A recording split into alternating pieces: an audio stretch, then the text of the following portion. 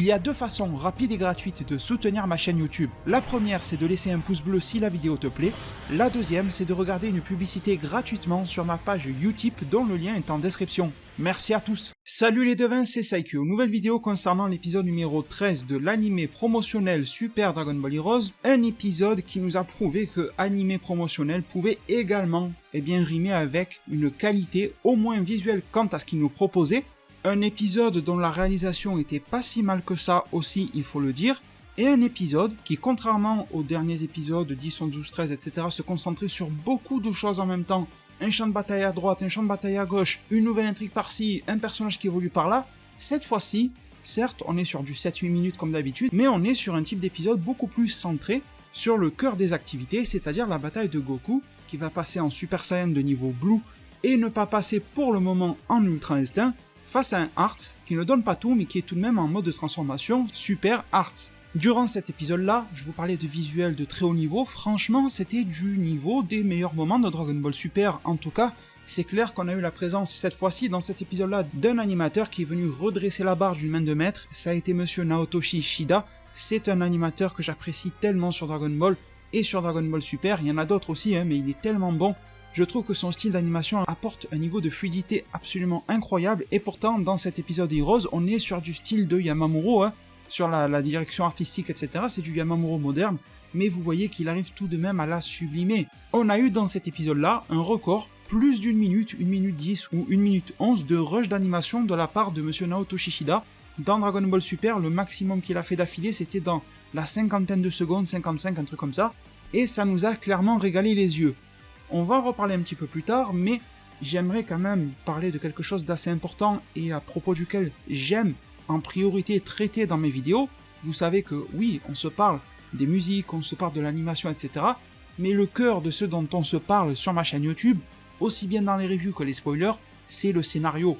Alors comme d'habitude, j'en attends pas des masses d'un animé promotionnel d'un jeu vidéo Super Dragon Ball Heroes qui dure quelques minutes et tout ça. Mais il faut quand même avouer que même si cet épisode-là ravissait les yeux, il n'était pas fait pour flatter nos esprits et nos cerveaux. Sincèrement, c'était clairement l'épisode débranchage de cerveau. Après tout, c'est pas un mal, ça arrive. J'ai même salué de nombreux épisodes dans Dragon Ball Super qui étaient uniquement de la baston pure. C'est pas plus mal de temps en temps, mais le seul truc que je veux vous dire, c'est que si vous avez écouté mes précédentes reviews de Heroes, eh bien j'étais déjà en train de vous dire que c'était en train de patiner au niveau scénaristique et qu'on n'avançait pas. Cet épisode-là, le 13, aurait pu par exemple nous donner quelques informations supplémentaires sur Hearts, on n'a rien du tout.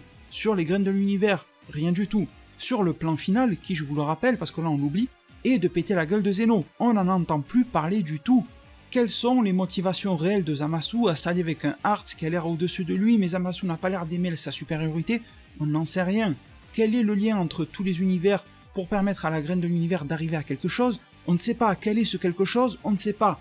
Les épisodes avancent, alors d'accord, un 14 nous est promis, je vous proposerai une vidéo avec la date de sortie et la preview officielle très bientôt sur cette chaîne YouTube, ne vous en faites pas. Mais bon, le problème n'est pas que cet épisode-là ne proposait pas d'histoire, c'est le problème, c'est que ça fait plusieurs en fait à la chaîne dans lesquelles la dose d'histoire et de scénario apportée réduit de plus en plus.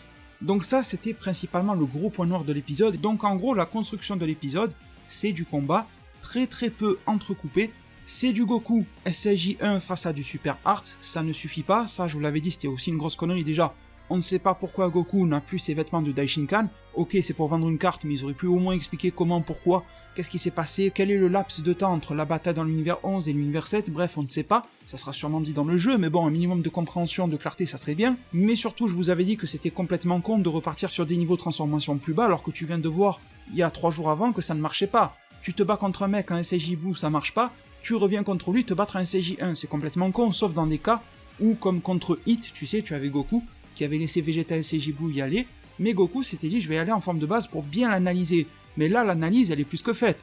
Normalement, Goku aurait dû, au moins un grand minima, vraiment aller avec du SJ God, mais moi, j'y serais allé avec du Blue direct.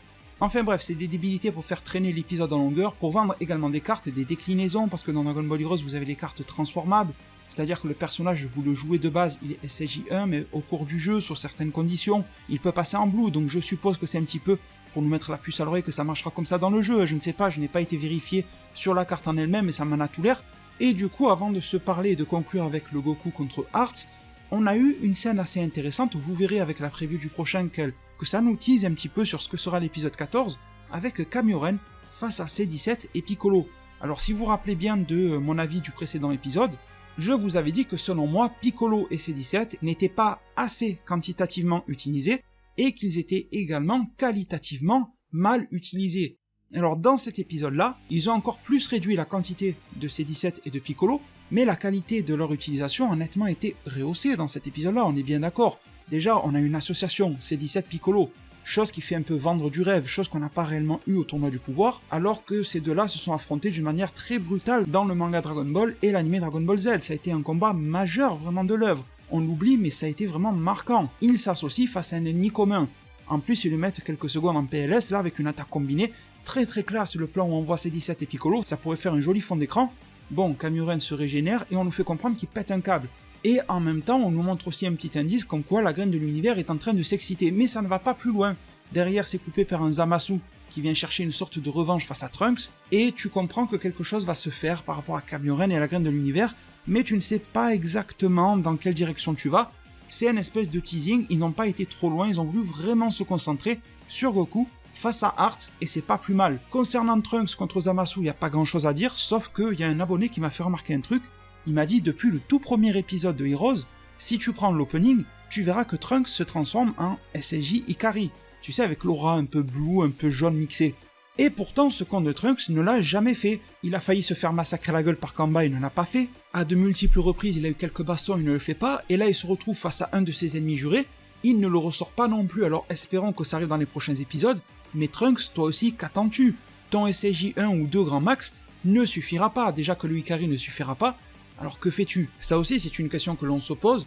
Et j'ose espérer que Bandai Namco va avoir un petit déclic au Japon et se dire mais attends, il faudrait qu'on sorte une carte sur Trunks SSJ Ikari et que dans l'anime, la animation puisse nous l'adapter.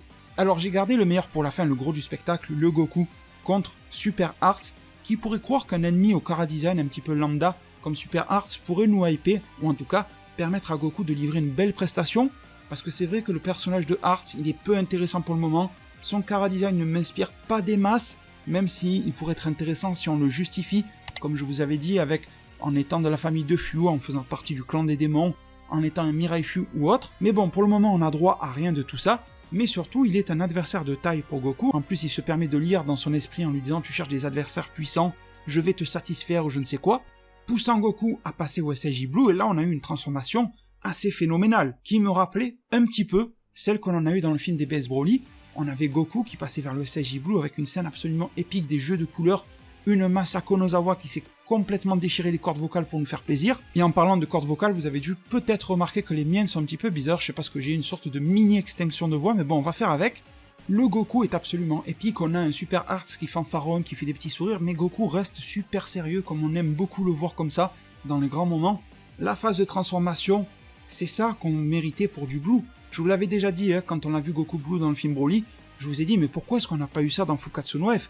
Ok, à l'époque, les moyens techniques, les animateurs étaient moins bons, tout ce qu'on veut, mais pourquoi est-ce qu'en termes de réalisation, on n'a pas eu ça? Il n'y a pas un mec qui s'est dit, mais attends, c'est la première transformation en Blue, on lui fait faire ça. Non, il a fallu qu'on attende que Dragon Ball Super ait 3 ans et demi pour qu'on ait dans le film un Goku Blue digne de ce nom en termes de transfo, et un Super Dragon Ball Heroes, un animé à part, promotionnel, qui vient nous proposer quelque chose d'extrêmement qualitatif, au niveau de toute la mise en scène qui doit accompagner une transformation. Sauf que là, le train a du retard, le Blue c'est bon, on le connaît, on l'a assimilé, c'est quelque chose qui est devenu entre guillemets dans nos têtes basique. On apprécie le geste qui nous est fait aujourd'hui, mais on aurait grandement aimé avoir ça dès le début pour que le Blue soit marquant dans nos esprits. Mais bon, passons cela, et là c'est Naoto Shishida qui se lance, un peu plus d'une minute, je vous ai dit, d'animation. C'est beaucoup quand tu te dis que sur du Dragon Ball Super, un épisode faisait 20 minutes et Shida en faisait que 50 et quelques secondes, et que là, un épisode fait 7-8 minutes et qu'il en a fait plus d'une minute d'animation, la proportion de son implication a largement augmenté, et c'est un pur régal. C'est du divertissement pur, chorégraphie de combat au top, fluidité de l'animation irréprochable, qualité du dessin comme Naoto Shishida sait le faire, chapeauté par du Yamamuro, donc certaines corrections de Yamamuro, le style moderne de Yamamuro fait défaut et est bancal sur certains aspects, mais malgré tout c'était un régal pour les yeux, du niveau, je trouve, vraiment du grand niveau de ce qu'a pu proposer DBS dans ses meilleurs moments. Alors je mettrai quand même la phase de Goku Ultra Instinct face à Jiren au-dessus, je parle surtout de Goku Ultra Instinct maîtrisé, mais on reste quand même dans le haut du panier, et ça fait clairement plaisir, quitte à ne pas avoir pour le moment d'histoire qui sait réellement nous séduire, autant avoir un visuel qui le fait complètement. Et du coup, après lui avoir balancé un Kamehameha phénoménal, d'ailleurs, même en SSJ Blue, je me demande comment ça se fait que Goku SSJ Blue puisse faire autant de mal à Super Hearts, mais comme d'habitude, c'est Super Dragon Ball Heroes, on ne se prend pas trop la tête sur les niveaux de puissance, ça veut pas dire grand chose ici. Il y a Super Hearts qui va se mettre à utiliser sa gravité, c'est un petit peu le cheat code de Hearts, s'il n'y arrive pas par lui tout seul, il a 2 cheat codes, c'est comme quand tu étais petit devant GTA, tu appuies sur toutes les touches, le premier c'est d'utiliser sa gravité, et le deuxième c'est d'utiliser les graines de l'univers pour obtenir des power-ups qui sortent de nulle part, comme devenir Super Hearts, comme avoir des sortes de mini-cubes qui vont se jeter sur Goku et le fracasser dans tous les sens.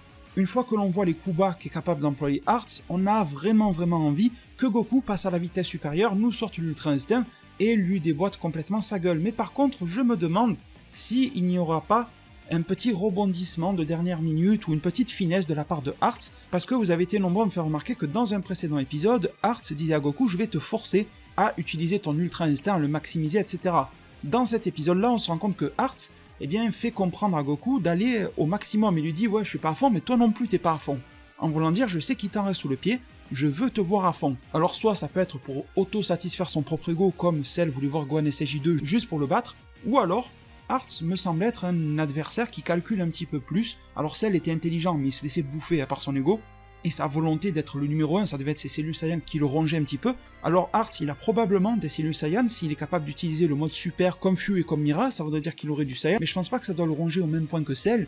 Par contre, Hearts, on a vu qu'il a pas mal de plans, qu'il est calculateur, qu'il se fait des associés, Zamasu, pourquoi pas qu'il soit lié à Fu, etc. Il a une stratégie.